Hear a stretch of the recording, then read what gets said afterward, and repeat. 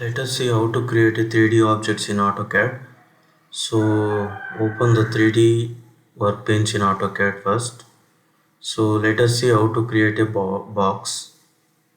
So click on the box command, create a rectangle and give the height. Now change it to the 2D wireframe to conceptual view. So you can see the 3D object like this. Now create a cylinder. First draw the circle and give the height. This is how we can create a cylinder. Next, create a cone. First draw the circle and give the height. Next, how to create sphere. Pick the center point and give the radius. Next, how to create a pyramid. Draw the rectangle and give the height. Next, how to create a wedge. Draw the rectangle and give the height.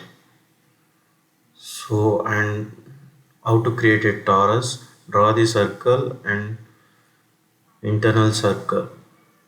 So this is how you can create a 3D objects in